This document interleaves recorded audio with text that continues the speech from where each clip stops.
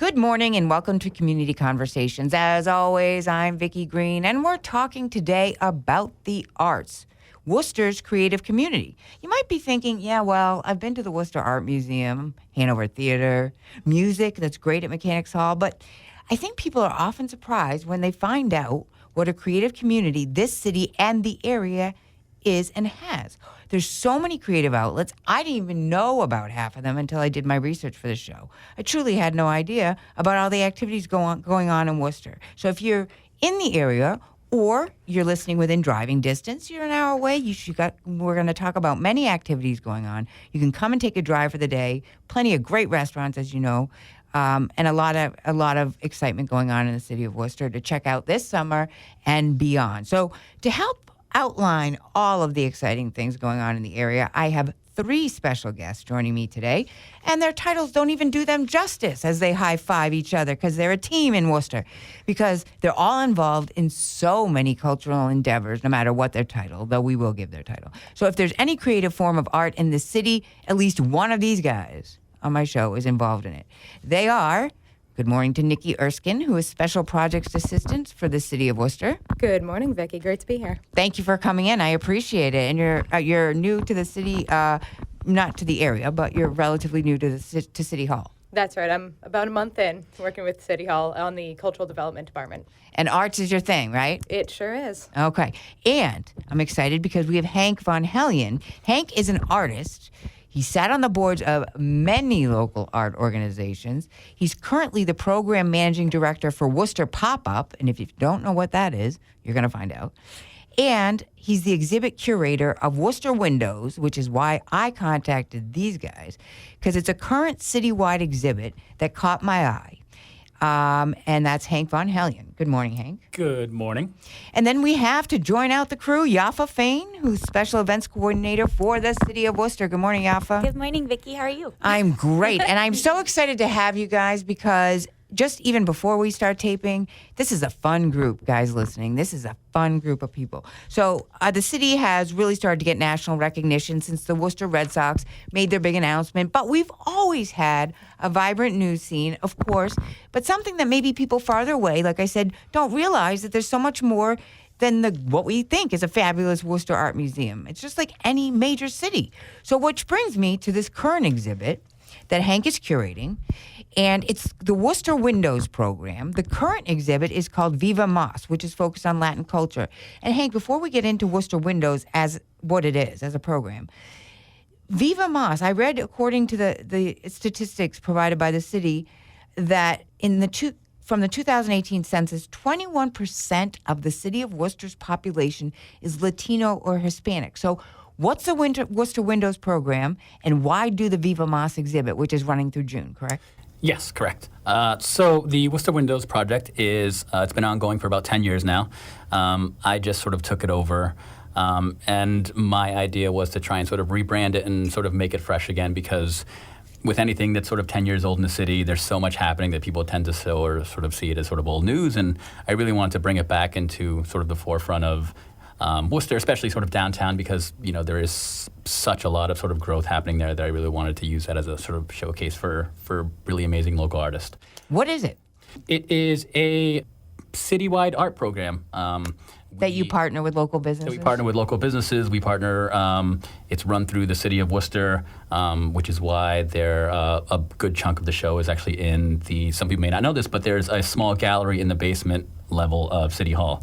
So anyone that comes in through the parking lot has to walk through this small exhibit space, which is it's unique to have a sort of captive audience like that. So it is, and a lot of people go through City Hall. Yes. Now, there are other businesses. You're focusing on Main Street and like maybe the Hanover Theater end of Main Street. We in the windows. I wanted to sort of keep it manageable. At the Pop-Up, I'm sort of an employee of one, and occasionally I have some interns to help. But we really also wanted to focus on sort of not just the downtown area and City Hall area, but also the growing sort of theater district. And so some of the businesses really are located in those two areas. Okay, so you're walking down the street, you pass this window, what are you going to see?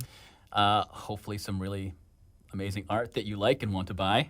Yes, it's for sale, right? Yes, if you're everything- walking by the window, you see these things in the window, and they're part of Worcester Windows. Yes. Are they local artists? Are they Latino artists yep. for this one? So everyone that's showing in the basement gallery of City Hall, they're all Latino artists. Most of them were called from the pop-up had a show a couple of months back with Centro here in Worcester. And Big Latin. They're a really amazing, big sort of Latin American sort of organization, and they had some amazing artists that I thought like. This work is amazing, this work is really interesting, but they don't really have the following, and sometimes it's a language barrier, sometimes there's a cultural barrier, and I wanted to sort of showcase some of those folks. So I kind of stole some of their artists for Worcester Windows.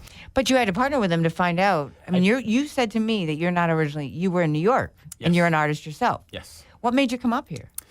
A couple of reasons. My extended family is from the area, so sort of a homecoming of sorts. And more so 2-3 years ago, or 6-7 years ago now, when I first came in, is Worcester has always had this really amazing underground kind of homespun art scene, but it's really only been within the last 6 or 7 years where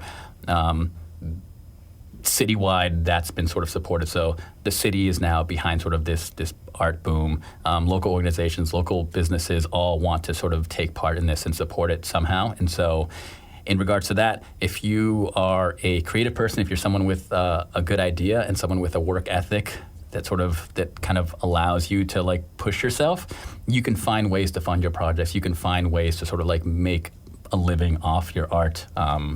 My cousin's an artist. It's not easy. It's not. And again, are these mixed media? I mean, what kind of art is it? Is it all paintings, portraiture, mixed media?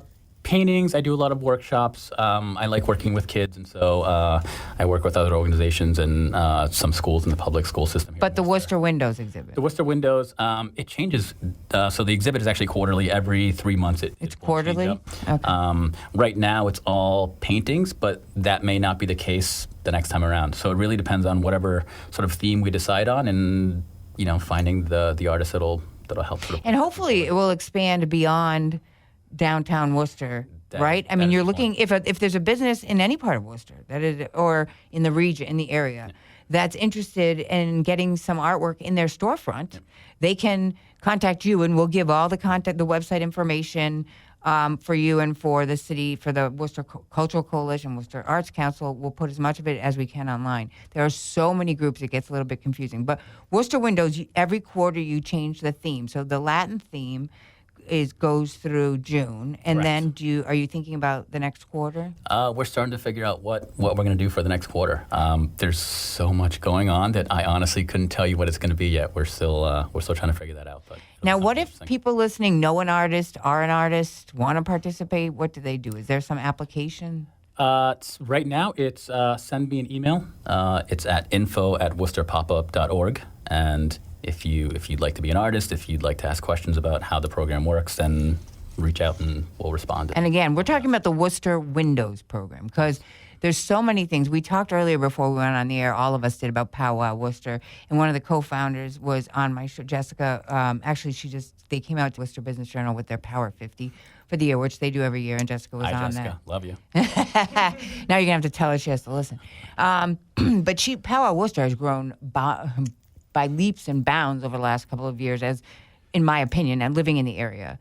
You would drive by and see one or two. But again, those are outside. This is a great way doing it in business windows because you partner with with these businesses. I mean, you could even do it in a restaurant window.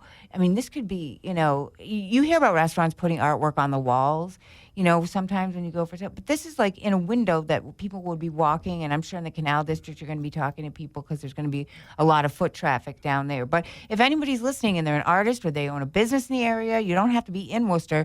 We're going to post the website.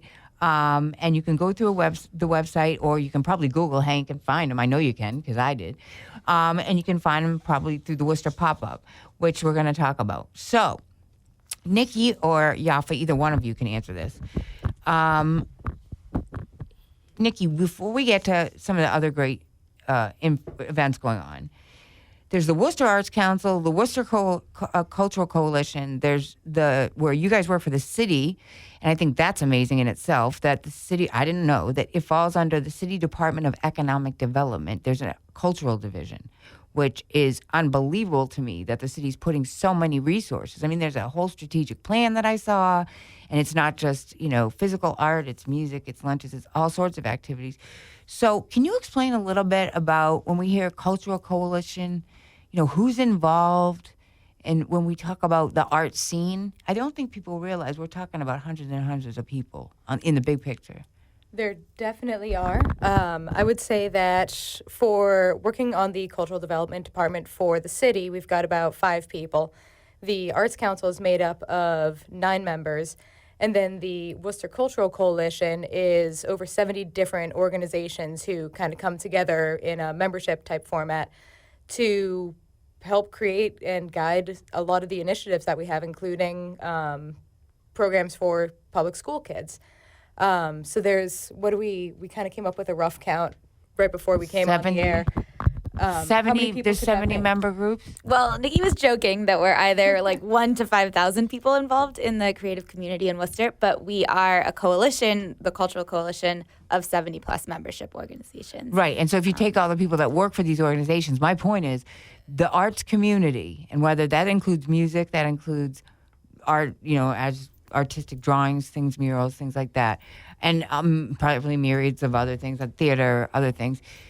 The Worcester arts community in the city itself is being driven by 14 people. But as a cultural coalition with 70 members, you've got hundreds and hundreds of people who participate and are part of this creative community. And I think that that's incredible. And it's something that I didn't realize because I frankly got confused. And that in a good way, I was saying to you guys before the show, that I see the Worcester Arts Council, I see the Worcester Cultural Coalition, I see Worcester Pop-Up, which we're going to talk to. I know about Power Worcester, Arts Worcester. Those two are separate. Then you got Start Worcester, Start in the Street. You've got all of these things, and then you've got museums on their own, Sprinkler Factory and Worcester Art Museum, and so many things that I'm not even naming. Center for Crafts. There's all of these things, but everybody at the top works together to make these things happen, and I think that's amazing. What you're shaking your head, Nikki? What I think is interesting is so many of these people aren't even artists. They're just people who are so passionate about the art and want to make it easier and more accessible to bring art to everyone here in Worcester. So on top of whatever that number is in the Cultural Coalition, the Arts Council, and the city, you also have the artists, the musicians, the makers, the teachers, everyone else who can actually make the art. So, yeah. Now, the interesting thing with you being new to Worcester is your impression of, and Yafa can comment on this too. Yafa, how many years have you been with the city? I've been at the city almost 2 years, but I've lived in Worcester about 5 or 6 years. Okay, and always involved kind of in the arts. Definitely in the creative community. I think that's one of the really interesting things about what we're doing now is we're not just focusing on arts with an A, we're thinking creative. And what does that mean beyond just your day-to-day museum experience? What does it mean in the general community? Right. So I've been involved in that sector for a little while now. Yeah, and you're so smiley and so excited, and it's contagious. No, you all are. This is so great. They're a passionate group of people, and it takes that to pull off these events because, Hank, you sat on, I bet, multiple boards at the same time. Yeah, I've actually had to scale those back. It's hard to say no sometimes. All right. Well, the whole point of us talking about this, and we're going to talk about your pop-up now, is that I want people to come visit Worcester anyway, whether it's for a sports game, whether it's for a restaurant, whether it's to move here. I'm a transplant. I've said it many times. I live in Worcester County, but I have lived in the city. But I've worked and lived in this area for 25 years, and I've always loved the city, and I always knew we had good restaurants. The Sole Proprietor was a go-to from day one. So to see it grow and get its recognition now, and when the Wall Street Journal, I believe that was the article, I think it was the Wall Street Journal, the one that said, compare, Hoboken, blah, blah, blah. The headline was, what about Hoboken? What about this? What about Worcester? And Jessica was quoted in that. From the arts community, the power of arts can bring people together and get us part of this national attention.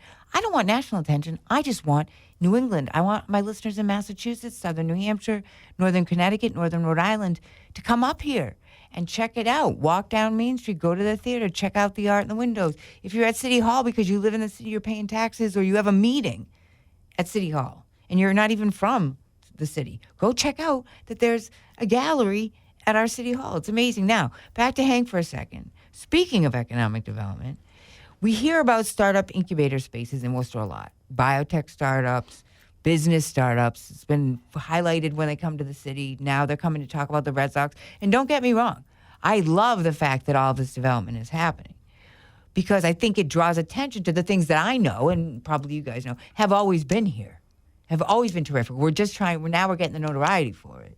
And that's what I think can only make this better. So those incubator spaces and business startups, that sounds a little bit like what Worcester Pop-Up is that you've been mentioning, and you're the managing director. So what is Worcester Pop-Up?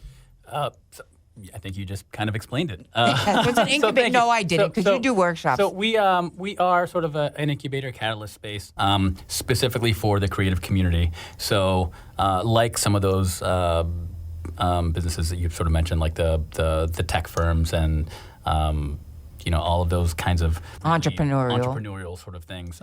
We try and do the same thing for the creative community. So we offer space, we offer support, we offer guidance. We help people really understand. I think there's this perception that if you're a creative person, then it's sort of like a hobby, that this is something that you do because you enjoy it and like you don't really care if you earn a living or make money off it. And nothing could be farther from the truth. The fact is that if you're a creative person, if you're someone that's capable of making something, then you should be compensated for that. You should have a good following. You should have clients. You should have people that are sort of knocking down on your door trying to sort of get whatever it is that you're selling, capable of doing. And so for us, our sort of mission is not so much to sort of guide them on what they should be doing or what they should be making or what product they should be sort of trying to push, but how to do that in a way that's sustainable for them and how to do that in a way that ultimately helps them grow their business and helps them sort of maintain some sort of semblance of reliability. So is it like these other incubator spaces? You pay a fee and you get shared fax machine, copy machines, and computer even time. Better, and space? we don't charge. You don't charge? We are a program of the Worcester Cultural Coalition, so we are a nonprofit. We do have a fee structure depending on some components of whatever it is you're doing, but it's really minimal. And the fee structure it's not even enough to sort of pay the electric bill. So it's very, very minimal. And really, it's less about sort of trying to get money from the folks that we help and more about instilling this sense of this is a professional atmosphere. If you want to sort of do these sorts of things, we'll help you do it for really, really cheap, but you should be prepared to be able to do these sorts of things and pay these fees when you go out into sort of the real world. And hopefully, this will prepare you for that and get you sort of used to the idea that like sometimes you have to spend money to do what you need to do. You bet you do. Now that's the same, I think, for any incubator space.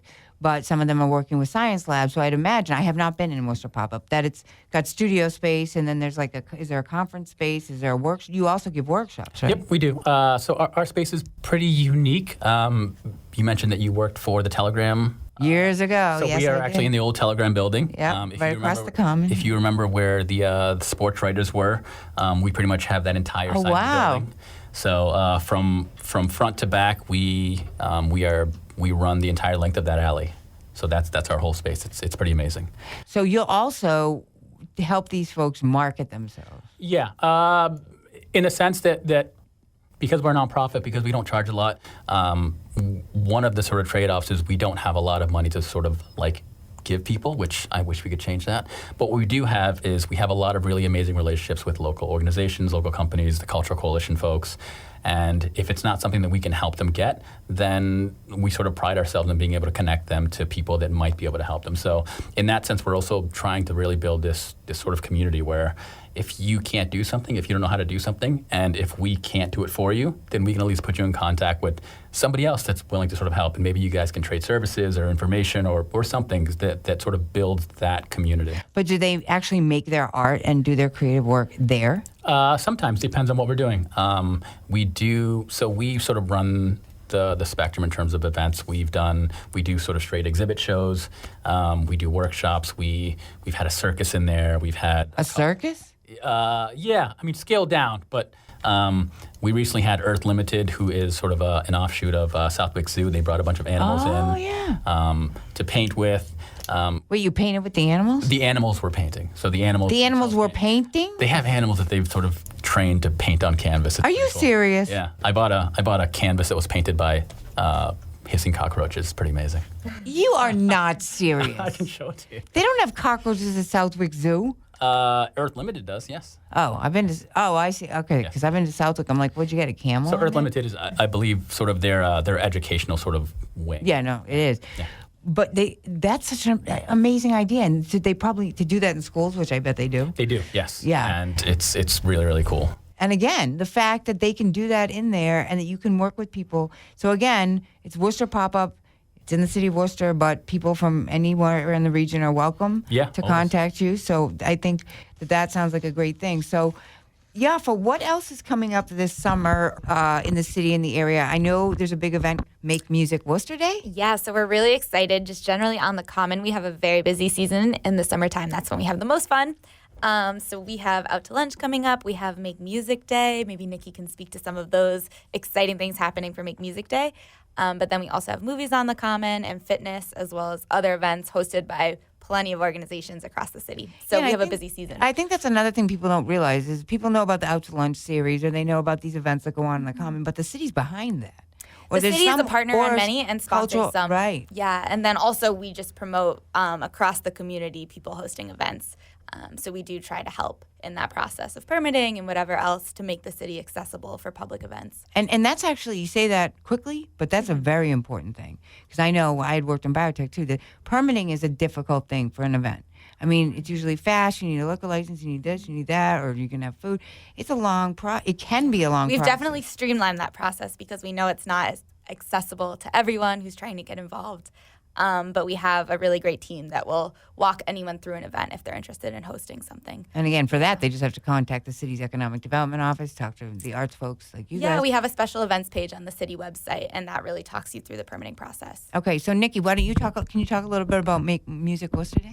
Oh, definitely.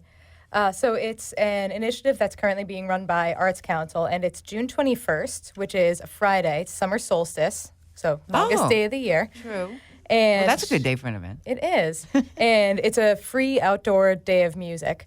So it's not what you might have in mind when you think of like a music festival, because it's open to absolutely anyone who wants to take part, whether you're old, young, amateur, professional, or doesn't matter what kind of even music you play. It's just people pouring onto the streets and, on their porches, in parks, sharing music with friends. And it's all skill levels. It's free. Venues across the city are hosting it. It's What just kind of encouraging venues? people. So, there's bars, there's the formal music establishments. I'm sure they're going to do it probably on the Common, and then, like you said, people can do it other places. But I'm sure they can go on the website and find out about that. Oh, yeah. But I mean, is there like a central location? They're going to use the Common, right? The whole point is for it to be across the city. Oh, okay. In on their stoops, on the park near their house, as well as in, certain businesses, they're welcome to host music as well. So they're still accepting registration for venues to sign up, for performers to sign up. And then there is also one cool thing I thought was, as a non-musician myself, in Elm Park, there's going to be someone with almost an instrument petting zoo, for lack of a better term, but Where you can try come out learn. the instrument? Yeah, come At play, Elm Park? and you'll learn something simple. And it's Friday, June 21st? June 21st. What time? So if I want to drive around Worcester, I'm going to see people jamming on their porch? Yeah, That is so cool. yeah. I would wish have I to lived refer in the you city now today, to but I don't. makemusicday.org/Worcester Okay. for the full lineup, especially as people are still signing up. And that's makemusic.org. makemusicday.org/Worcester. Okay. And something interesting that's come out of that actually is there's been some confusion on the regulation around busking. So I was going to ask that. If you're a street performer, don't you need a permit? So as long as your sign is not smaller or not larger than 12 by 18, you're welcome to put out a sign saying that, you accept donations. But otherwise, as long as you're not blocking a street, an access way, you're welcome to play music, including in city parks. How do they I don't know if this is just coming off the top of my head because I didn't realize it was this big of a thing.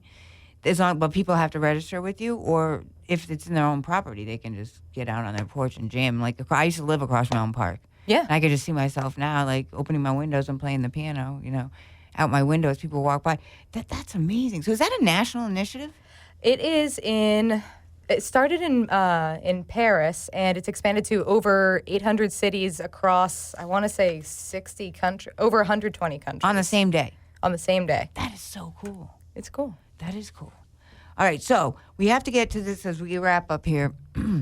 There's so many exciting things are happening, including, and I got to say, as a news person, I haven't seen the city manager officially quoted on what I'm about to bring up yet because it just happened. But the headline in Worcester Business Journal for one of their articles on May 24th, so not that long ago, says Boston architecture firm plans $94 million digital arts renovation of Worcester Memorial Auditorium, as we call it here, the Odd. Once they clean it up structurally, they're talking about a possible restaurant, movie space, and creative space for things like digital design. What do you all think about that? I mean, that can't be anything but great. I think it's phenomenal. I think that for a city that's sort of been in this really kind of long-standing growth spurt, that it makes sense that facilities like this are being built now, are being thought of, are being sort of adopted by the general sort of community plan, city plan for Worcester. Yeah, and we don't know that's necessarily going to go through. I mean, there can be issues down the line. There was with the I think the old Worcester Tech High School. Oh, no, there was another building where there was an issue. But the fact that they're thinking about, I did think we definitely need a movie theater. But other than that, I think creative space of any kind and all the digital work that's going on in the colleges nearby. And that's another thing. Depending on where you count, okay, if you count the tough school of Cummings School in Grafton, and you count Anna Maria and Paxton, they'll tell you there's 13, 14 colleges in the area. So let's go with that. But let's say like 8 or 9 even in the downtown, in more of the Worcester core. I mean, that's ripe for the arts. I mean, I bet almost every single one of these colleges has an arts program. Yeah, just speaking to the creative community and some of the youth that are doing great things in the city, we're also excited about the elementary school students and the high school students and the middle schoolers. Not even at the collegiate level, we have so many young artists and creatives. I think it's exciting that we're expanding infrastructure that has a cultural and creative purpose. For so long, we've just kind of considered economic drivers, and we're realizing that creativity is an economic driver in the city, and it's an important thing that we can promote. So I think that's an exciting thing about this upcoming project. I totally agree. And I would add that with the city's kind of new push or renewed push into culture and the arts, seeing an older building that's just been sitting around kind of in disuse, to revitalize that and, make its purpose fostering those initiatives of culture and creativity, I think it's really awesome, especially because it's such a prominent location. I mean, you come in off Route 9 and off 290. It's right there. Yeah. It's right there. And it's a beautiful building, and anything to help the creative community. But again, as we wrap up, I got to bring this up. And we were talking about this before. And is there any concern with all the development? Okay, and I love the Worcester. I'm all behind the Worcester Red Sox and all of this wonderful economic development that's going on.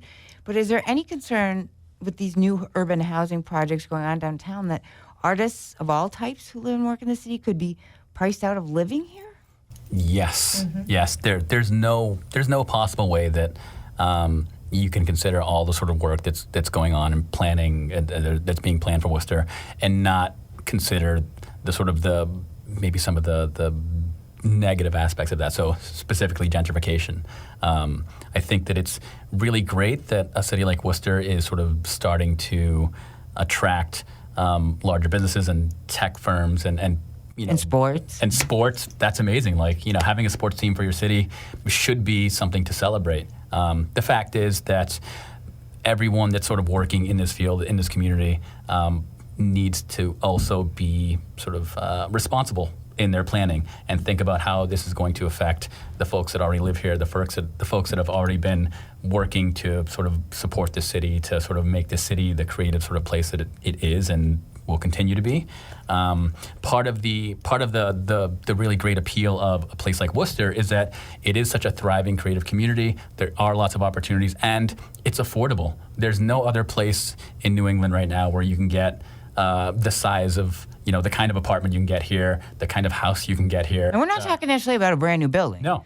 I mean, you can live anywhere in this area and work and be an artist. Yeah. Because being an artist isn't very lucrative, is it? At the beginning? At the beginning, no. But a place But a place like Worcester is a place where you can sort of start off and really develop that.